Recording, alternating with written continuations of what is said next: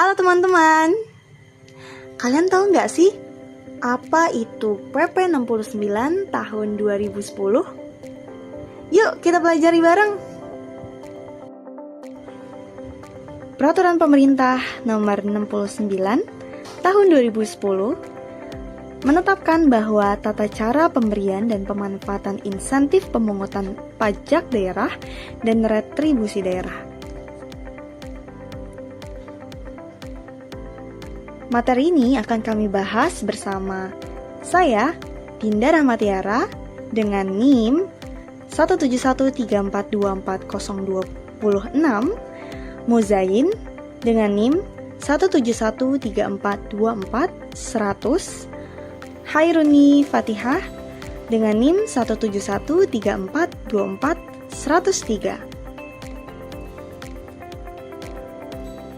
Pasal pertama dari PP 69 tahun 2010 mengatakan bahwa dalam peraturan pemerintah ini yang dimaksud dengan insentif pemungutan pajak dan retribusi yang selanjutnya disebut insentif adalah tambahan penghasilan yang diberikan sebagai penghargaan atas kinerja tertentu dalam melaksanakan pemungutan pajak dan retribusi.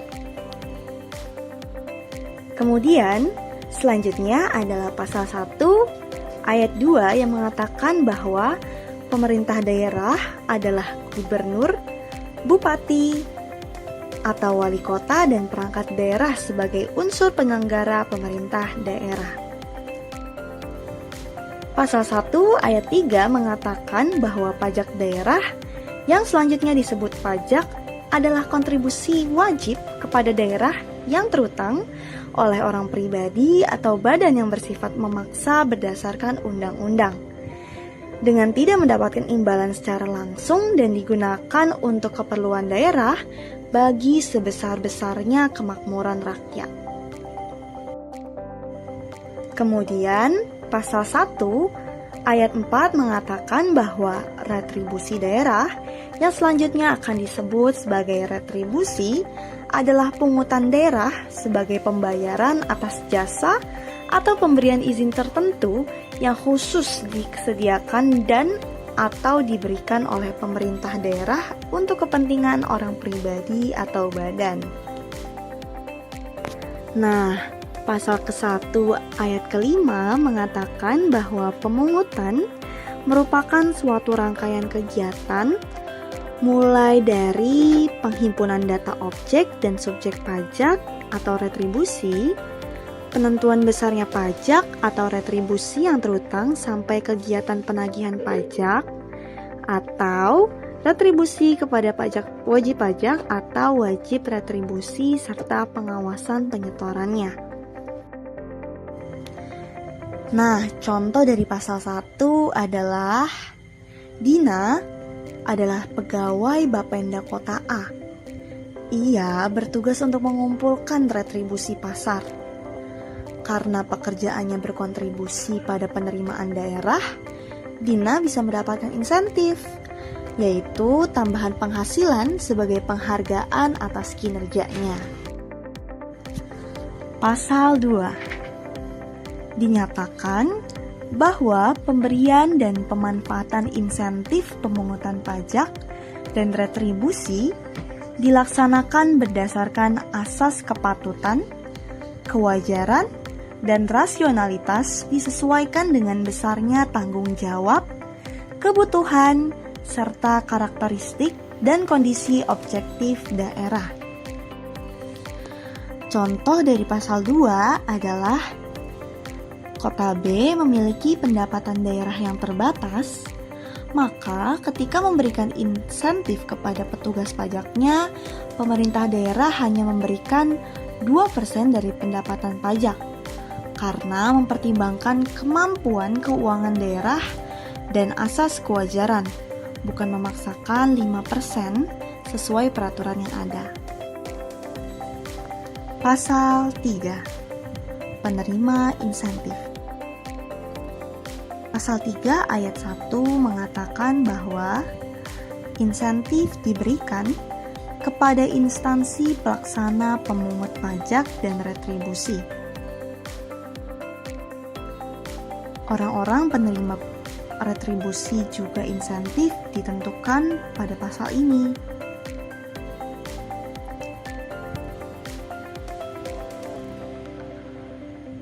Pada pasal 3 ayat 2, sebagaimana dimaksud pada ayat pertama, secara proporsional insentif dibayarkan kepada yang pertama yaitu pejabat dan pegawai instansi pelaksana, pemungut pajak dan retribusi sesuai dengan tanggung jawab masing-masing.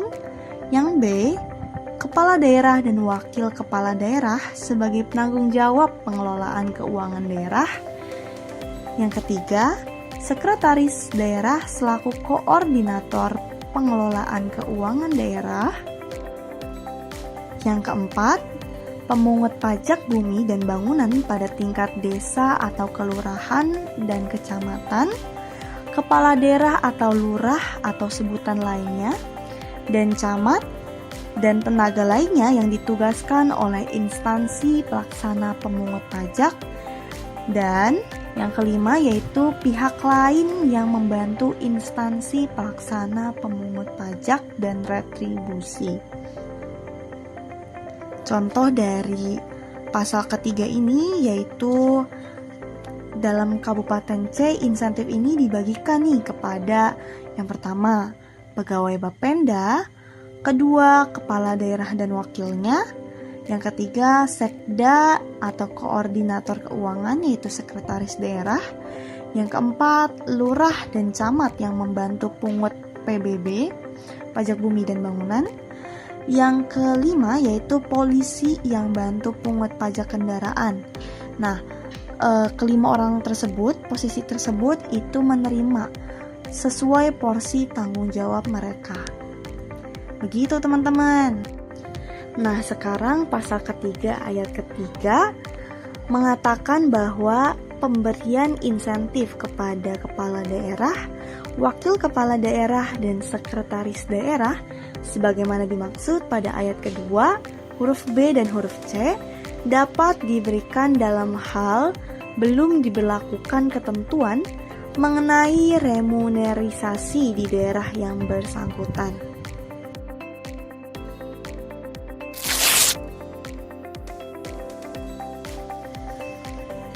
Pasal keempat.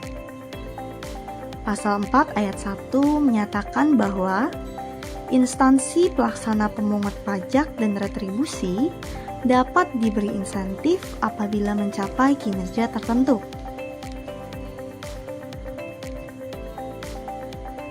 Pasal 4 ayat 2, pemberian insentif sebagaimana dimaksud pada ayat 1 dimaksudkan untuk meningkatkan yang pertama, kinerja instansi. Yang kedua, semangat kerja bagi pejabat atau pegawai instansi. Yang ketiga, pendapatan daerah.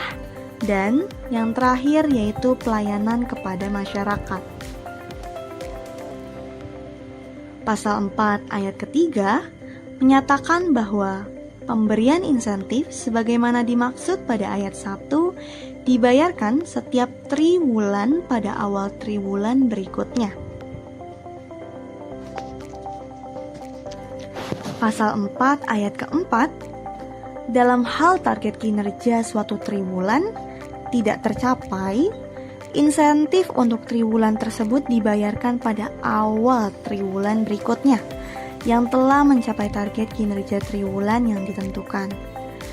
Nah, yang pasal keempat ayat kelima menyatakan bahwa dalam hal target kinerja pada akhir tahun anggaran penerimaan tidak tercapai, tidak membatalkan insentif yang sudah dibayarkan untuk triwulan sebelumnya. Contoh dari pasal keempat adalah Pemda Kota D menargetkan pendapatan pajak triwulan 1 sebesar 15%. Nah, jika Bapenda berhasil capai target itu, maka insentif bisa dibayar di awal triwulan 2. Namun, jika tidak tercapai, insentifnya ditunda sampai target itu tercapai di triwulan berikutnya. Selanjutnya pasal 5 tentang sumber insentif. Dijelaskan bahwa insentif yang diberikan kepada pihak pemungut pajak dan retribusi bersumber langsung dari penerimaan pajak daerah dan retribusi daerah. Artinya, tidak mengambil dana dari sumber lain seperti dana alokasi umum atau hibah, tapi diambil dari hasil kinerja mereka sendiri. Mudahnya itu seperti bonus penjualan untuk pegawai toko. Semakin besar omset yang dihasilkan, maka semakin besar pula bonusnya. Dan bonus itu diambil dari sebagian hasil penjualan, bukan dari luar.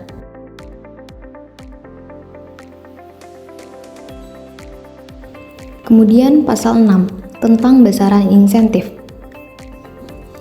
Dalam ayat 1 dijelaskan, insentif yang ditetapkan berdasarkan persentase dari target pendapatan pajak dan retribusi yang telah direncanakan dalam 1 tahun anggaran.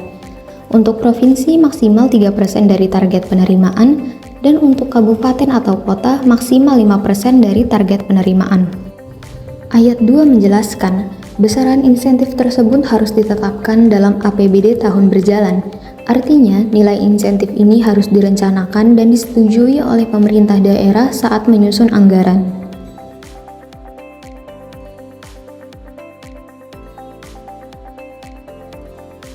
Selanjutnya pasal 7 tentang rincian pembayaran insentif.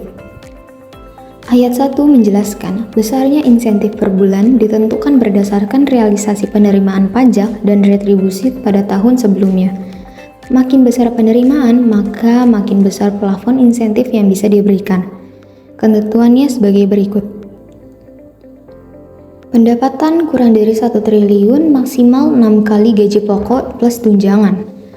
Pendapatan 1 sampai 2,5 triliun maksimal 7 kali gaji pokok dan tunjangan. Pendapatan 2,5 sampai 7,5 triliun maksimal 8 kali gaji pokok ditambah tunjangan. Yang terakhir, lebih dari 7,5 triliun maksimal 10 kali gaji pokok dan tunjangan. Dalam ayat 2, untuk pemungut pajak bumi dan bangunan, mereka hanya bisa menerima maksimal 5% dari total insentif yang telah dihitung berdasarkan pasal 6. Ayat 3, untuk pihak ketiga yang membantu pemungutan, misalnya vendor sistem informasi pajak atau jasa penagihan, insentifnya maksimal 10% dari total insentif sesuai pasal 6. Ayat 4, kalau insentifnya yang sudah dialokasikan tidak habis digunakan, misalnya karena efisiensi atau perubahan kebutuhan, sisanya harus dikembalikan ke kas daerah sebagai tambahan penerimaan, tidak boleh dibagi-bagi lagi atau disimpan diam-diam.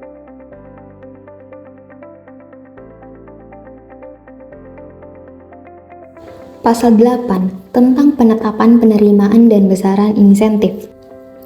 Menjelaskan, yang berwenang menetapkan siapa saja yang berhak menerima insentif dan berapa besar yang akan diterima adalah kepala daerah, seperti gubernur atau bupati, atau bahkan wali kota, melalui sebuah keputusan kepala daerah.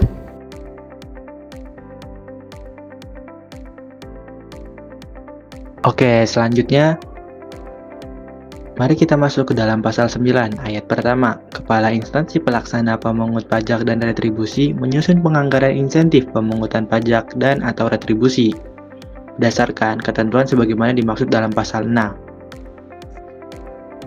Ayat kedua, penganggaran insentif pemungutan pajak sebagaimana dimaksud pada ayat pertama dikelompokkan ke dalam belanja tidak langsung yang diuraikan berdasarkan jenis belanja pegawai, objek belanja insentif pemungutan pajak, serta rincian objek belanja pajak. Ayat ketiga, penganggaran insentif pemungutan retribusi sebagaimana dimaksud pada ayat pertama dikelompokkan ke dalam belanja tidak langsung yang diuraikan berdasarkan jenis belanja pegawai, objek belanja insentif pemungutan retribusi, serta rincian objek belanja retribusi. Kita masuk ke dalam pasal 10. Dalam hal target penerimaan pajak dan retribusi pada akhir tahun anggaran telah tercapai atau terlampaui, pembayaran insentif belum dapat dilakukan pada tahun anggaran berkenaan. Pemberian insentif diberikan pada tahun anggaran berikutnya yang pelaksanaannya sesuai dengan ketentuan peraturan perundang-undangan. Pasal 11, pertanggungjawaban pemberian insentif dilakukan sesuai dengan ketentuan peraturan perundang-undangan. Pasal 12, pemberian insentif untuk tahun anggaran 2010 dapat dibayarkan sesuai dengan anggaran pendapatan dan belanja daerah tahun anggaran 2010 dan dilakukan sesuai ketentuan peraturan pemerintah ini. Terakhir atau pasal 13, peraturan pemerintah ini mulai berlaku pada tanggal diundangkan agar setiap orang mengetahuinya, memerintahkan perundangan peraturan pemerintah ini dengan penempatannya dalam Lembaran Negara Republik Indonesia.